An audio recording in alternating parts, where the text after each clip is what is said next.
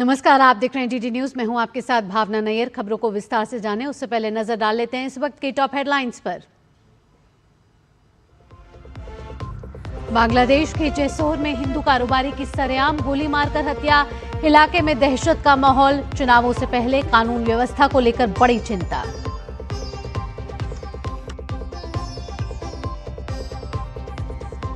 गृह एवं सहकारिता मंत्री अमित शाह आज करेंगे पोषण सुरक्षा एवं कुपोषण उन्मूलन में सीएसआर की भूमिका पर राष्ट्रीय कॉन्क्लेव का उद्घाटन।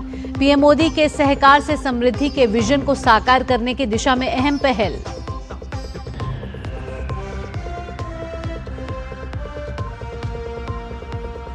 उत्तर प्रदेश में आज चुनाव आयोग करेगा ड्राफ्ट वोटर लिस्ट जारी। ड्राफ्ट लिस्ट जारी होने के बाद वोटर अपने नाम, पते और अन्य विवरणों की कर सकेंगे जांच।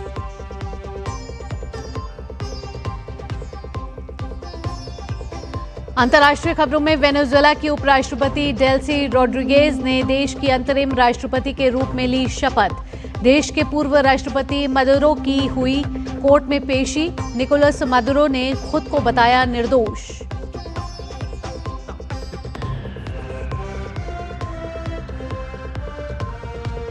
और देश के कई हिस्सों के लिए घने कोहरे और शीतलहर का अलर्ट जारी। दिल्ली, अमृतसर, भोपाल समेत कई एयरपोर्ट पर कम विजिबिलिटी के कारण पड़ सकता है फ्लाइट शेड्यूल पर असर।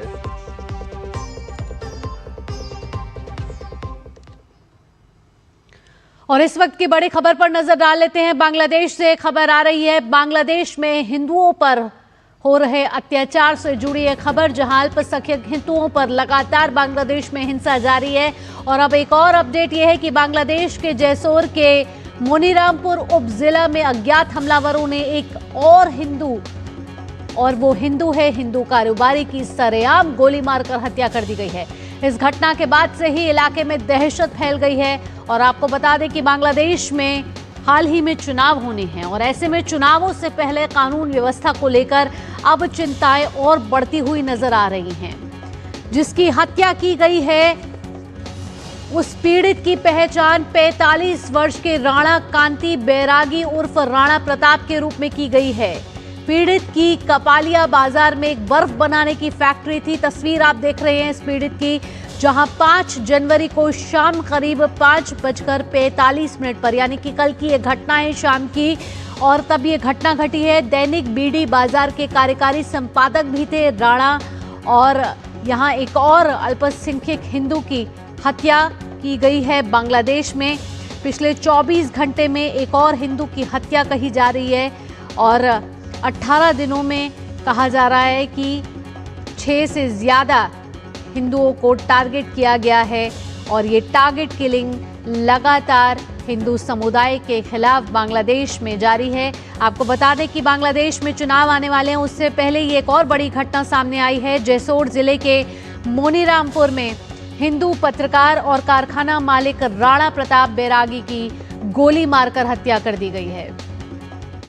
और साथ ही साथ अत्याचारों का सिलसिला यही नहीं रुक रहा बांग्लादेश में। इसी क्रम में बांग्लादेश के झेनेदाह में भी एक और हिंदू के साथ अत्याचार हुआ है। और एक हिंदू महिला के साथ गैंगरेप की खबर यहां आ रही है। महिला ने थाने में 2 पुरुष और 2 महिलाओं के खिलाफ शिकायत दर्ज कराई है। पीड़िता का कहना है कि उसे पेड़ से बांधा गया और बेरहमी से टॉर्चर किया गया।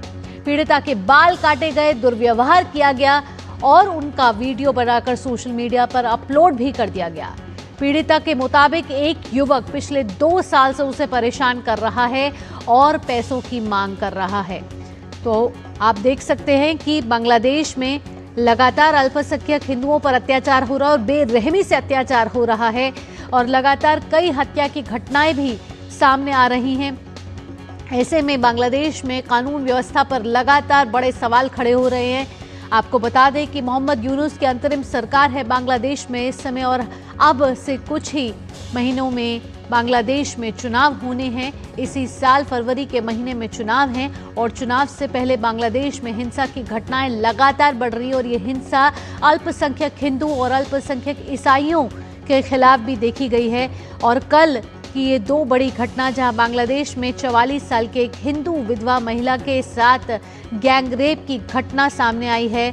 और पीड़िता ने यह आरोप लगाया है कि उसे पेड़ से बांधकर पीटा गया और उसकी वीडियो भी बनाई गई और वो वीडियो सोशल मीडिया पे अपलोड भी की गई। पुलिस हालांकि एक आरोपी को गिरफ्तार इसमें जरूर कर चुकी है, लेकिन आरोपियों की तलाश जारी है। आपको बता दें कि पीड़ित महिला ने कालीगंज पुलिस थाने में शिकायत दर्ज कराई है। 4 लोगों के खिलाफ शिकायत दर्ज कराई है, जिसमें 2 पुरुष और 2 महिला शामिल है। बांग्लादेश के ढाका से इस समय हमारे संवाददाता नवल सिंह परमार जुड़ गए, सीधा उनका रुख करेंगे। नवल, बेहद ही दर्दनाक घटना इसको कहा जाए और बांग्लादेश में लगातार इस तरीके की घटना आ रही है, बर्बरता के नए नए केसेस और मामले सामने आ रहे हैं। इसमें 2 कल अल्पसंख्यक हिंदुओं के खिलाफ जो मामले सामने आए हैं, जिसमें एक कारोबारी की हत्या और एक महिला के साथ गैंगरेप। अभी किस तरीके के हालात हैं बांग्लादेश में? जी, देखा जाए तो बांग्लादेश में लॉ एंड ऑर्डर का सिचुएशन बहुत खराब है और उसका ये नमूना है। पिछले कई जैसे आपने बताया 18 दिनों में माइनॉरिटी के खिलाफ ही काफी सारे मामले हुए और भी लोगों के खिलाफ भी लूट, मॉब लिंचिंग या मर्डर, टारगेट किलिंग, वो सब सिलसिला चालू है। उसमें जो कल का जो हादसा हुआ है, जो राणा क्रांति बैरागी का, वो उनको दिन दहाड़े गोली मार के भर बाजार में उनके गोली मार के उनकी हत्या कर दी गई है। वो एक बीडी कागज यहाँ का लोकल नारायण बेस्ड न्यूज़पेपर है, उसमें कार्यकारी संपादक भी है।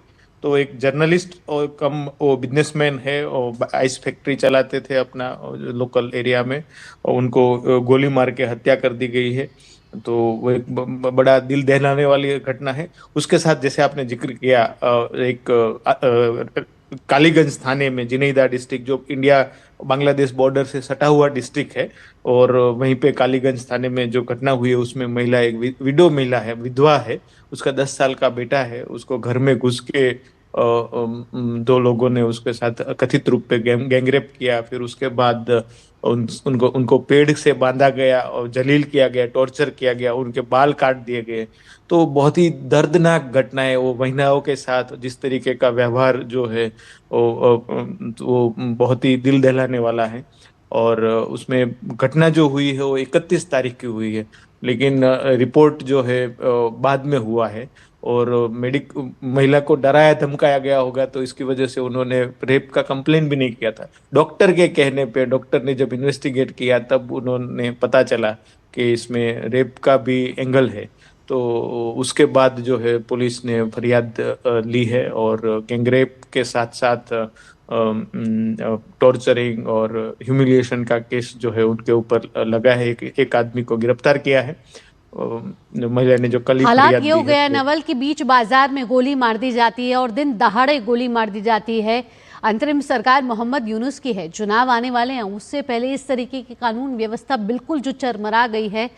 क्या किसी आरोपी को यहाँ गिरफ्तार किया गया है? पुलिस क्या वहाँ कोई एक्शन लेती हुई नजर आ रही है? अल्पसंख्यकों की सुरक्षा के लिए क्या कोई कदम उठाए जा रहे हैं?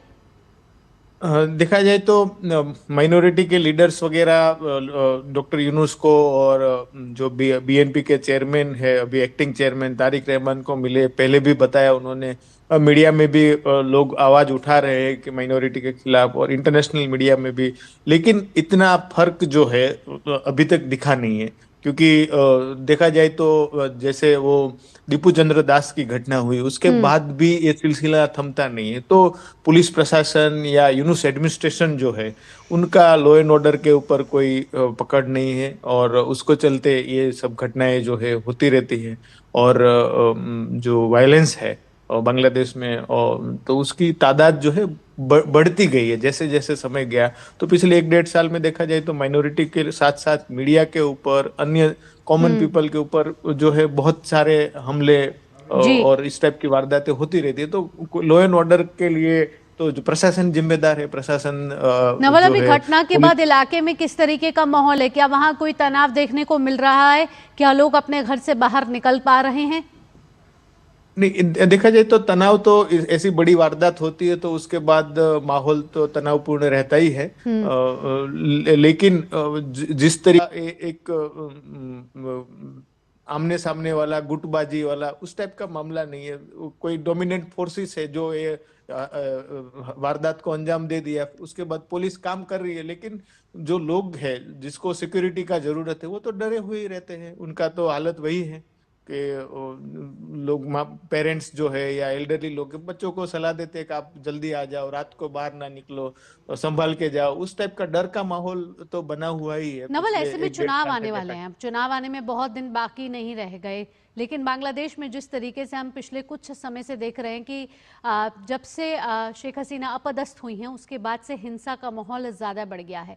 अब जब चुनाव आ रहे हैं तो घोषणाएं भी होंगी, तो क्या सुरक्षा के लिहाज से कोई भी नेता सामने आकर ये कह रहा है कि बांग्लादेश की हालत जो आर्थिक तौर पर, राजनीतिक तौर पर अस्थिर है इस समय, उसको पटरी पर लाने के लिए क्या आगे कोई कोशिश की जाएगी?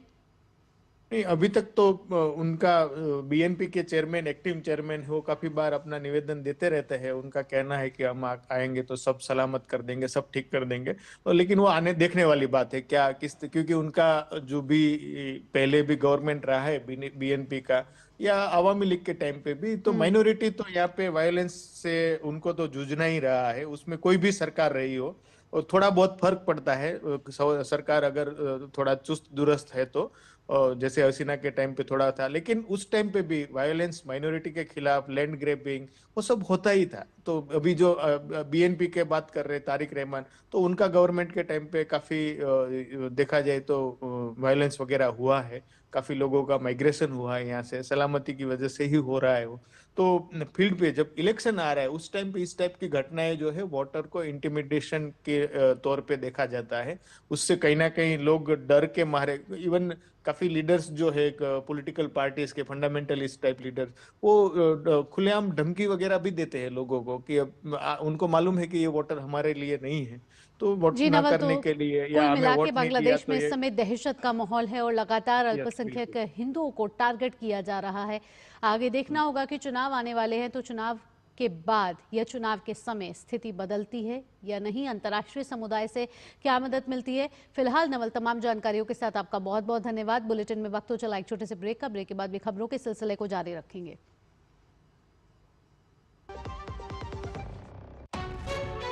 विभाग अनेक, कंप्लेंट बॉक्स एक।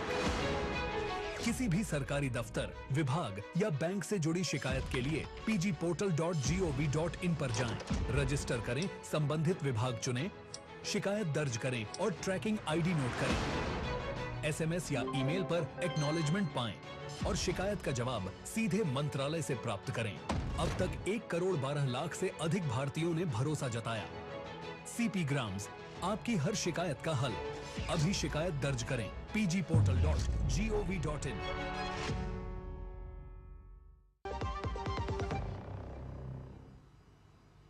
ब्रेक के बाद आपका स्वागत है। आगे बढ़ेंगे। केंद्रीय गृह एवं सहकारिता मंत्री अमित शाह आज नई दिल्ली के विज्ञान भवन में एनडीडीबी फाउंडेशन फॉर न्यूट्रिशन की ओर से आयोजित सीएसआर कॉन्क्लेव का उद्घाटन करेंगे। इस कॉन्क्लेव का विषय है पोषण सुरक्षा एवं कुपोषण उन्मूलन में कॉरपोरेट सामाजिक उत्तरदायित्व की भूमिका।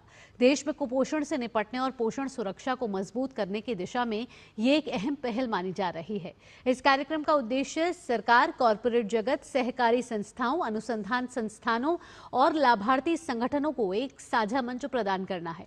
प्रधानमंत्री नरेंद्र मोदी के सहकार से समृद्धि के दूरदर्शी विजन को आगे बढ़ाते हुए गृह मंत्री अमित शाह भिलाई इस्पात संयंत्र छत्तीसगढ़ की सीएसआर पहल के तहत गिफ्ट मिल्क कार्यक्रम के तीसरे चरण का शुभारंभ करेंगे। इस योजना के अंतर्गत भिलाई इस्पात संयंत्र के खनन क्षेत्रों में स्थित सरकारी विद्यालयों में पढ़ने वाले लगभग 4000 बच्चों को विटामिन ए और डी से फोर्टिफाइड फ्लेवर्ड दूध उपलब्ध कराया जाएगा। इसके साथ ही केंद्रीय मंत्री ने आईडीबीआई बैंक की सीएसआर पहल के अंतर्गत शिशु संजीवनी कार्यक्रम का भी शुभारंभ करेंगे। यह कार्यक्रम महाराष्ट्र के नागपुर जिले के ग्रामीण क्षेत्रों में स्थित आंगनवाड़ी केंद्रों में अध्ययनरत लगभग 3000 बच्चों को पोषण सहायता प्रदान करेगा। अगली खबर उत्तर प्रदेश के एसआईआर प्रक्रिया से जुड़ी हुई है, जिसकी ड्राफ्ट सूची आज जारी की जाएगी। प्रदेश के कई करोड़ मतदाता एसआईआर प्रक्रिया के दौरान अनमैप्ड रह गए हैं। ऐसे में चुनाव आयोग की ओर से ड्राफ्ट मतदाता सूची के प्रकाशन के बाद भी मतदाताओं के पास अपना नाम मतदाता सूची में शामिल कराने का मौका होगा। चुनाव आयोग की ओर से जारी फॉर्म को भरकर वोटर मतदाता सूची में नाम शामिल कराने का आवेदन कर सकते हैं। उत्तर प्रदेश में 4 नवंबर से वोटर लिस्ट के विशेष गहन पुनरीक्षण की प्रक्रिया शुरू की गई थी। बता दें कि अनमैप्ड मतदाताओं को चुनाव आयोग की ओर से नोटिस जारी किया जाएगा। ड्राफ्ट मतदाता सूची के प्रकाशन के बाद जिलों में छूटे मतदाताओं की वास्तविक संख्या का पता चल सकेगा। वहीं ड्राफ्ट मतदाता सूची के प्रकाशन के बाद दावा आपत्ति की प्रक्रिया भी शुरू हो जाएगी। वोटर 6 फरवरी तक अपने दावे आपत्ति जमा कर सकेंगे। चुनाव आयोग ने 2024 लोकसभा चुनाव की समीक्षा बैठक में सभी मतदान केंद्रों पर वेबकास्टिंग को लेकर सवाल उठाए। आयोग ने पूछा कि क्या वेबकास्टिंग की व्यवस्था पूरी तरह लागू की गई थी। दक्षिण 24 परगना में वेबकास्टिंग में कथित लापरवाही को लेकर कलकत्ता उच्च न्यायालय में याचिका दायर की गई है, जिस पर आयोग ने राज्य के मुख्य निर्वाचन अधिकारी कार्यालय से जवाब मांगा है। बैठक में शांतिपूर्ण मतदान के उपायों पर चर्चा हुई। साथ ही मतदाता सूची में गड़बड़ी के आरोपों पर समीक्षा हुई और बारुईपुर पूर्व और मयना विधानसभा क्षेत्रों में तैनात 4 अधिकारियों के खिलाफ एफआईआर की स्थिति स्पष्ट करने के निर्देश दिए गए हैं। कर्नाटक में राज्य सरकार के खिलाफ भाजपा का विरोध प्रदर्शन जारी है। भाजपा राज्य के कोगिलू में अतिक्रमण हटाओ अभियान के बाद प्रभावित लोगों को आवास देने के सरकार के फैसले के खिलाफ विरोध प्रदर्शन किया। कोगिलू बचाओ, अवैध प्रवासियों को हटाओ के नारे के साथ हुए इस प्रदर्शन में भाजपा प्रदेश अध्यक्ष BY विजयेंद्र सहित कई वरिष्ठ नेता शामिल हुए। विजयेंद्र ने आरोप लगाया कि सिद्धारमैया सरकार ने अवैध प्रवासियों के घर गिराने के फैसले से यू टर्न लेकर राजनीतिक दबाव में उन्हें आवास देने का निर्णय लिया। प्रधानमंत्री नरेंद्र मोदी ने सत्ता में आने के बाद लंबित परियोजनाओं के काम में तेजी लाने और उन्हें जल्द से जल्द पूरा करने के लिए प्रगति नाम से एक पहल की शुरुआत की। इसका मकसद था प्रोजेक्ट्स में देरी की वजहों का पता लगाकर उसका समाधान निकालना। इस पहल की 50 बैठकें हो चुकी हैं और 85 लाख करोड़ की 3,300 से ज्यादा परियोजनाओं को जल्द पूरा किया गया है। प्रगति की यह पहल कैसे कमाल कर रही है, इस पर हम एक सीरीज चला रहे हैं जिसका नाम है प्रगति एट 50, विकास को गति।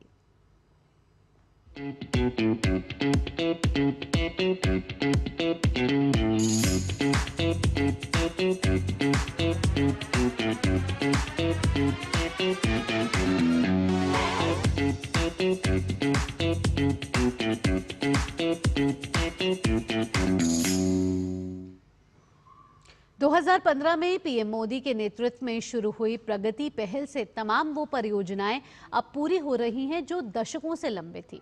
ऐसी ही एक परियोजना है ब्रह्मपुत्र नदी पर बना बोगीबील ब्रिज। बोगीबील भारत का सबसे लंबा रेल कम रोड ब्रिज है जो तमाम मंजूरियां ना मिलने के चलते काफी समय तक ठंडे बस्ते में पड़ा रहा। लेकिन प्रगति के जरिए परियोजना को गति मिली और दिसंबर 2018 में प्रधानमंत्री मोदी ने इसका उद्घाटन किया। बोगीबील ब्रिज आज उत्तर पूर्व भारत की प्रगति का प्रतीक बन चुका है, जो क्षेत्रीय संपर्क को मजबूत करता है, पर्यटन को बढ़ावा देता है और भारत की एक्ट ईस्ट पॉलिसी को मजबूती प्रदान करता है।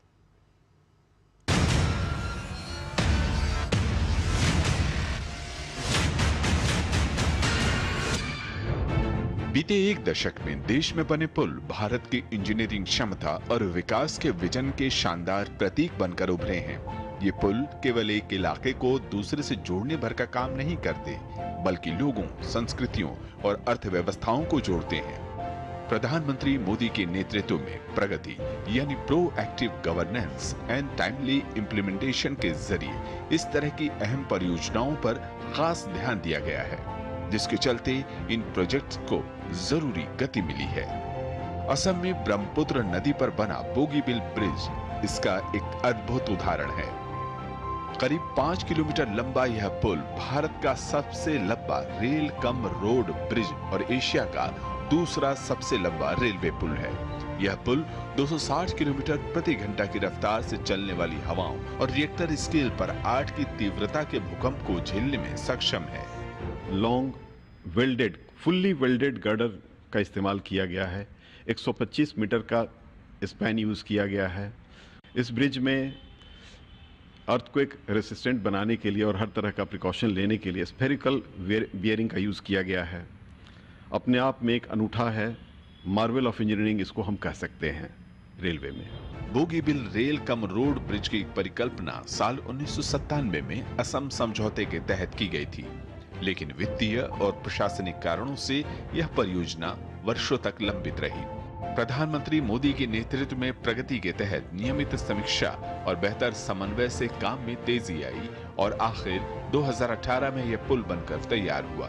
25 दिसंबर 2018 को सुशासन दिवस के अवसर पर प्रधानमंत्री नरेंद्र मोदी ने इस पुल का उद्घाटन किया, जिससे उत्तर पूर्व के राज्यों में कनेक्टिविटी को नई दिशा मिली। बोगीबिल ब्रिज देश की सुरक्षा के लिए बेहद महत्वपूर्ण है, क्योंकि इससे भारत चीन सीमा तक सैन्य आपूर्ति आसान हुई है। बोगीबिल घाट के साथ यह क्षेत्र अब पर्यटन का एक प्रमुख केंद्र बन चुका है, जहां क्रूज और हाउस बोट की सुविधा भी है। इस परियोजना के चलते स्थानीय लोग मत्स्य पालन, डेयरी और कृषि जैसे छोटे व्यवसायों के जरिए आत्मनिर्भर भारत के सपने को साकार कर रहे हैं। ये ब्रिज बनने के बाद सबसे बड़ा फायदा हम लोग के लिए हुआ। हम लोग का इकोनॉमिक जो स्टेटस है वो दिन ब दिन ब्रिज बनने के बाद डेवलप हो रहा है, और ये credit goes to Narendra Modi ji. इस पुल ने ब्रह्मपुत्र के उत्तरी तट पर रहने वाले लोगों के लिए शिक्षा और स्वास्थ्य सुविधाओं तक पहुंच को आसान बनाया है, जिससे उत्तर पूर्व के लोगों के जीवन स्तर में भी सुधार हुआ है। बोगीबिल ब्रिज होने के बाद हम लोगों का यहाँ पे जो फ्लड का जो बांध पानी जो इसे बाढ़ का स्थिति था वो बहुत कम हो गया। ये जगह अभी सिक्योर हो गया। सरकारी योजनाओं के सटीक और समय पर कार्यान्वयन के लिए प्रगति पहल वरदान साबित हुई है। देश के हर कोने में तेजी से पूरी हुई कई परियोजनाएं इसका उदाहरण बनकर उभरी हैं। बोगीबिल ब्रिज आज उत्तर पूर्व भारत की प्रगति का प्रतीक बन चुका है, जो क्षेत्रीय संपर्क को मजबूत करता है, पर्यटन को बढ़ावा देता है और भारत की एक्ट ईस्ट पॉलिसी को मजबूती प्रदान करता है।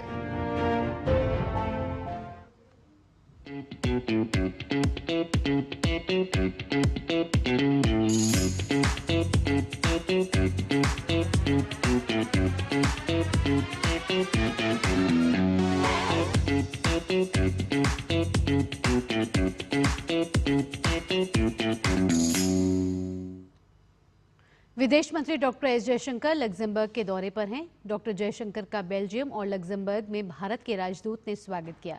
विदेश मंत्री लग्जमबर्ग के उप प्रधानमंत्री और विदेश मंत्री जेवियर बेटल और लग्जमबर्ग के वरिष्ठ नेताओं के साथ बातचीत करेंगे। इन मुलाकातों का मुख्य उद्देश्य विभिन्न क्षेत्रों में द्विपक्षीय सहयोग को बढ़ाना है। लग्जमबर्ग में रहते हुए विदेश मंत्री भारतीय समुदाय के सदस्यों से भी मिलेंगे। यह यात्रा भारत के लिए बहुत महत्वपूर्ण है। इससे फ्रांस और लग्जमबर्ग जैसे यूरोपीय देशों के साथ भारत के रिश्ते और मजबूत होंगे, खासकर ऐसे समय में जब भारत यूरोपीय संघ के साथ एक बड़े व्यापार समझौते पर काम कर रहा है। और अब खबर मौसम से जुड़ी हुई। उत्तर पूर्व भारत में कड़ाके की ठंड, कोहरे और शीतलहर का दौर जारी है। जम्मू कश्मीर और उत्तराखंड के पहाड़ी इलाकों में कल हुई हल्की बर्फबारी का मैदानी इलाकों में असर दिख रहा है। बर्फीली हवा ने ठिठुरन बढ़ा दी है। साथ ही सुबह दृश्यता कम होने से सड़क और रेल यातायात भी प्रभावित है।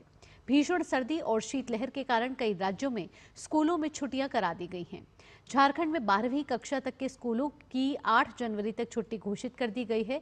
वहीं त्रिपुरा में कक्षा 6 से 12 तक के स्कूल 10 जनवरी तक के लिए बंद कर दिए गए हैं। उधर राजस्थान में 20 जिलों में अलग अलग स्थानों के लिए 12 जनवरी तक स्कूलों में छुट्टी कर दी गई है।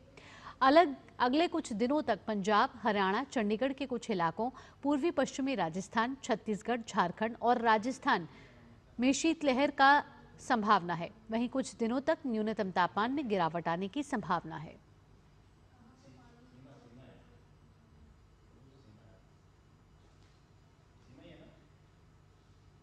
दिल्ली समेत उत्तर भारत में घने कोहरे के चलते कई उड़ानों में देरी और उनके रद्द होने से यात्रियों को काफी मुश्किल का सामना करना पड़ता है।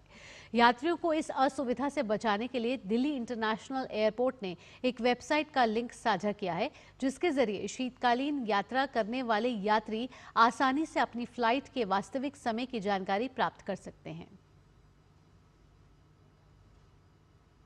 और अब अंतर्राष्ट्रीय खबरों का रुख कर लेते हैं। वेनेजुएला के उपराष्ट्रपति डेल्सी रॉड्रिगेज ने सोमवार को देश के अंतरिम राष्ट्रपति के रूप में शपथ ली। ये घटनाक्रम उस समय सामने आया जब राष्ट्रपति निकोलस मादुरो को अमेरिका में ड्रग्स से जुड़े मामले में न्यूयॉर्क की एक अदालत में पेश किया गया। इसके बाद अमेरिकी प्रशासन ने कार्रवाई के चलते मादुरो को सत्ता से हटा दिया गया। डेल्सी रॉड्रिगेज के शपथ ग्रहण के साथ ही वेनेजुएला में और अंतर्राष्ट्रीय स्तर पर और तनाव बढ़ गया है। खेल की खबरों में खेलो इंडिया बीच गेम्स के दूसरे दिन आज गोगला बीच दीव में दर्शकों को रोमांच, प्रतिस्पर्धा और खेल भावना का शानदार संगम देखने को मिलेगा। दिन की शुरुआत बीच सॉकर मुकाबलों से होगी, जहां महाराष्ट्र, केरल, गुजरात, गोवा और अरुणाचल प्रदेश सहित कई टीमें मैदान में उतरेंगी। महिला और पुरुष दोनों वर्गों में ग्रुप मुकाबले खेले जाएंगे, जिससे नॉकआउट की तस्वीर और साफ होगी। बीच वॉलीबॉल में कोर्ट 1 और कोर्ट 2 पर लगातार मैचों का सिलसिला सुबह से शाम तक चलेगा, जिसमें तमिलनाडु, आंध्र प्रदेश, राजस्थान और गुजरात की टीमें प्रमुख रहेंगी। दूसरे दिन बीच पेंचक सिलाट में पुरुष और महिला वर्ग के क्वालिफाइंग मुकाबले आयोजित किए जाएंगे। शाम के सत्र में बीच कबड्डी के रोमांचक पूल मैच खेले जाएंगे। हरियाणा, महाराष्ट्र, राजस्थान, दिल्ली और पंजाब की टीमें जीत के लिए पूरा जोर लगाएंगे। दूसरे दिन का शेड्यूल खिलाड़ियों के लिए बेहद व्यस्त और चुनौतीपूर्ण रहने वाला है। कप्तान वैभव सूर्यवंशी की 24 गेंदों में 68 रनों की तूफानी पारी के बदौलत भारत अंडर 19 टीम में यूथ वनडे सीरीज के दूसरे मैच में दक्षिण अफ्रीका को डकवर्थ लुइस के तहत 8 विकेट से हराकर 2-0 की अजय बढ़त हासिल कर ली है। सीरीज में दूसरी बार खराब मौसम से मैच प्रभावित हुआ। आकाशीय बिजली गिरने के कारण खेल काफी देर तक रुका रहा और भारतीय टीम के लिए लक्ष्य को संशोधित करके 27 ओवरों में 174 रन कर दिए गए। भारतीय टीम ने 12 ओवर और 5 गेंद में 2 विकेट पर 115 रन बना लिए। तब आकाशीय बिजली गिरने के कारण खेल को रोकना पड़ा। खेल शुरू होने पर भारत ने 23 ओवर और 3 गेंद में 2 विकेट पर 176 रन बनाकर लक्ष्य हासिल कर लिया। वेदांत त्रिवेदी ने 57 गेंदों पर 31 रन नाबाद और अभिज्ञान कुंडू ने 42 गेंदों पर 48 रन नाबाद ने तीसरे विकेट के लिए 81 रन की अटूट साझेदारी कर टीम को जीत दिला दी। इससे पहले दक्षिण अफ्रीका की अंडर 19 टीम ने 49 ओवर और 3 गेंद में 245 रन बनाकर आउट हो गई। भारत के लिए किशन सिंह ने 8 ओवर और 3 गेंद में 46 रन देकर 4 विकेट चटकाए। सीरीज का तीसरा मैच बुधवार को खेला जाएगा।